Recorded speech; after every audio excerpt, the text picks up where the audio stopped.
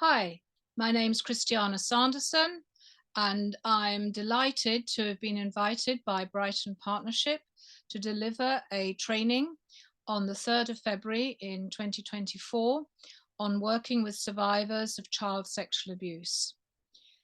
As some of you know, I have been working with survivors of child sexual abuse, sexual violence, domestic abuse, and trauma for over 35 years.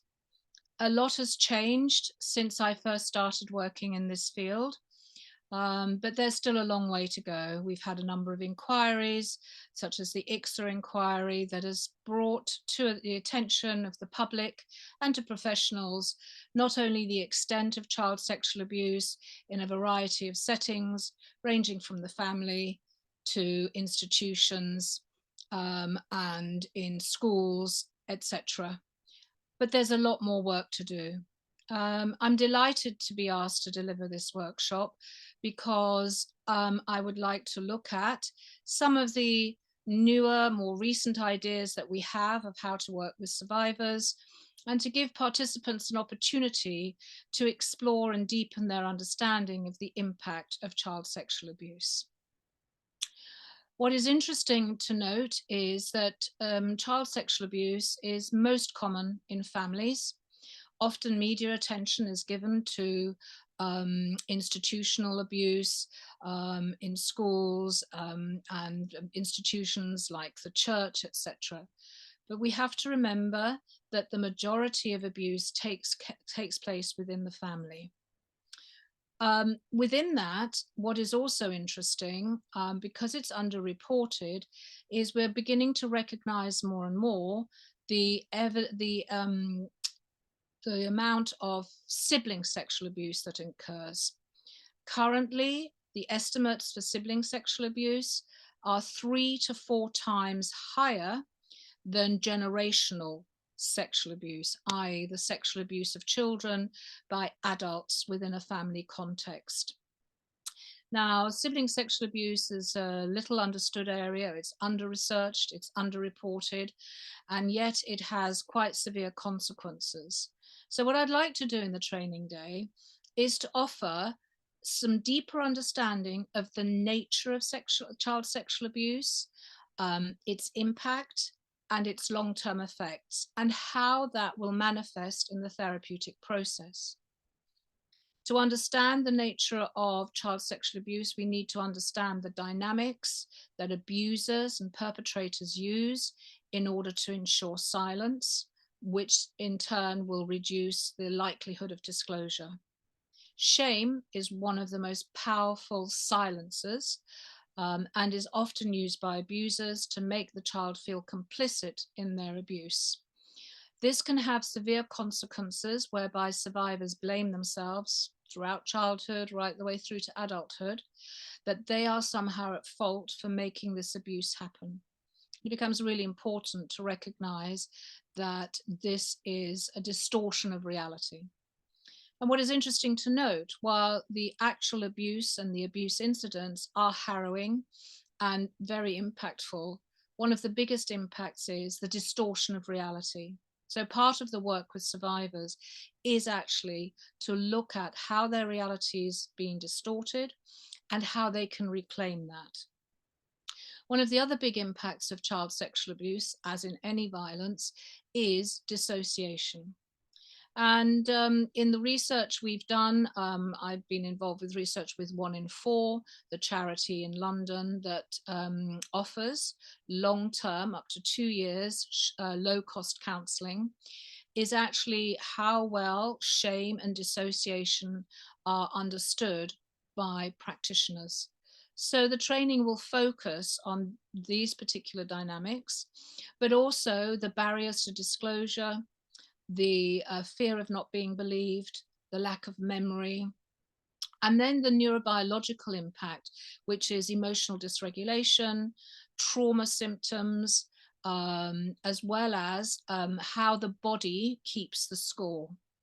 So I'm hoping that we can look at the impact on many dimensions, neurobiological, physical, the body, the mind, the brain, and to also understand some of the dynamics that exist during child sexual abuse, and for the practitioners to be mindful not to replicate those. So, for instance, child sexual abuse is predicated on power, the misuse of power, the misuse of control, coercion, distortion of reality, shame, and in many ways, making the victim feel as though it's their fault. So, what we as practitioners need to do in order to become what I call a trauma wise practitioner is to ensure that some of these very dynamics are not replicated in the therapeutic process. So, practitioners need to be aware of any type of power and control dynamics that operate in the therapeutic space. They need to be aware not just of the survivor's shame, but also their shame and how that interplays within the therapeutic process. They need to be skilled in a relational context to be able to be attuned, to be in synchrony with the survivor, to avoid being too distant, as that can be re-traumatizing. So, in order to work with survivors, what can be very helpful, and one of the things we'll be looking at in the training, is how to create an environment in which the trauma is addressed within the context of the relational dynamics. Now, to do this, I'm going to introduce the power threat meaning framework, which may be familiar to some of you, but it's a relatively recent framework which has been designed really as an alternative to psychiatric diagnosis. And the focus here is not what is the problem, what is wrong with the client, but more what happened to them. So it's very narrative based, and we look at not just what happened to them, how did it affect them, what did they have to do to survive, and also how they had to adapt in order to survive. Alongside that, I will be introducing the trauma-informed practice model. Now, the beauty of this model, this is not designed to replace your existing therapeutic model. It's seen as an adjunct. It's seen as a scaffold that you can add and put around your own preferred modality, but you are looking and working with a client through a trauma lens. So I'll be introducing the fundamental principles of trauma-informed practice, which are to promote choices and autonomy. It's about empowerment. It's about collaboration, in which you give clients choices and you work together. So it decreases the hierarchical level. So it's an equalizing of the power dynamic. As I often say to survivors, they come to the therapeutic process as experts of their lived experience. And I can contribute a little bit of expertise in knowledge around therapy and psychology. And together, when we collaborate and put this together, it actually creates a unity that is a powerful driver towards empowerment. Alongside that, we need to be trustworthy. We need to ensure that we have humility and do not engage in privileged behavior. And we must also be very mindful of inclusivity and not othering the client. Ultimately, the aim is to also view survivors with the strengths that they already bring to the therapeutic process. Although they often feel that they are helpless and powerless, they will have some skills, some talents, some abilities that have helped them to survive. And the focus is then on creating and cultivating the strengths the survivor already has and building upon those. And alongside that, also ensuring that the survivor is able to master skills and resources that help them to manage the emotional dysregulation. And this is usually best done within the context of a phased oriented approach to trauma recovery. And I'll be introducing that, and I will be looking at all of the 4 phases. The phased approach was originally developed by Judith Herman in the 1990s, but she's recently updated it to include, and it was originally a 3-phased model. It's now 4 phases. So briefly, the phases are stabilization, which is what happens right at the beginning. When I first started practicing 35 years ago, all the advice was to get the clients to talk about the trauma. It was believed to be cathartic and therefore really important for the therapeutic process. Today, that would be considered to be unethical. Survivors, clients need to have the skills to manage the returning trauma symptoms or the persistent trauma symptoms prior to going into a deeper exploration of the trauma experiences. So phase 1 is about stabilization, to manage the emotional dysregulation and the trauma reactions. And this helps the survivor to be more in control over what often seem to be uncontrollable, involuntary trauma reactions.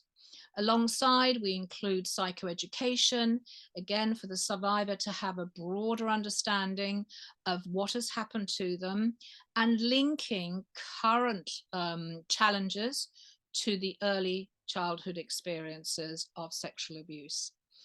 The stabilization phase occurs for a period of time in which the survivor can begin to acquire the skills and the resources and master some of these. With that in mind, they move to phase 2, which is the trauma processing, where we look at the experiences, the traumatic experiences, any meaning that was made, and also how it's impacted, and some of the symptomatology such as flashbacks, dissociation, etc. When the trauma has been explored, they're ready to go into phase 3, which is integration. And here they integrate all the knowledge and skills acquired in phase 1 and phase 2. And this allows them then to begin to reclaim their lives, to reconnect to self, and to reconnect to others and the world. And the emphasis here is on promoting post-traumatic growth. So the 3-phase model has been the one that we've generally used.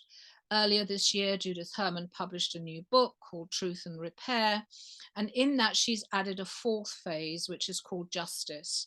And we'll explore this a little bit in terms of its current relevance, in terms of seeking justice within a community-based setting. It's not enough to have justice whereby perpetrators are sentenced. Not often enough, especially here in the UK, the sentencing of perpetrators of child sexual abuse, and even the unpacking of that is actually woefully low. But the idea is that actually the community as a whole needs to also honor what has happened to survivors, in the sense of an injury to one is an injury to all. And it really feeds into the current thinking around consent, the thinking around the responsibility of others in terms of preventing sexual violence. So, for instance, it's no longer acceptable to be an indifferent bystander or a passive bystander. If we are aware that the potential for some sexual violence or abuse is to occur, is to have the confidence and the courage to be able to intervene and honor the impact that this is going to have on victims and future survivors. So it'll be a packed day looking at the nature of abuse, the impact, the effects. And then we'll start looking a little bit about how this manifests in the therapeutic process and how to work with that. And what becomes important is, in order to equalize the power dynamic and to really understand the lived experience of survivors, We need to make sure that we ourselves are processed. We've looked at and explored our own abuse history. We need to be aware of our own shame. Shame is ubiquitous in the therapeutic process, both for the client and the therapist. So we need to be aware of how this might interplay. In addition, dissociation. We're all able and do dissociate. It's really helpful for therapists to be aware of their own capacity to dissociate, what the triggers might be, and how they might manage that in the therapeutic setting. And alongside that, what becomes imperative in doing this work is to be aware of how the work might impact on us.